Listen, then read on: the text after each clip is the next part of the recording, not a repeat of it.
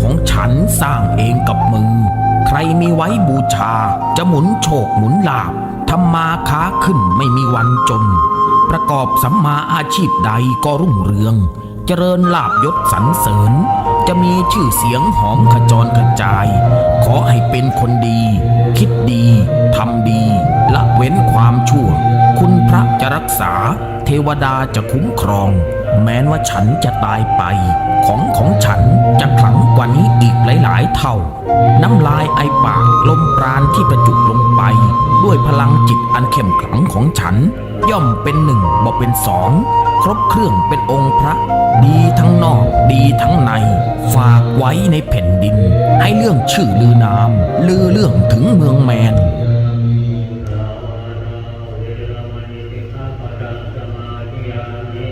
มุขโสวะเวรมณี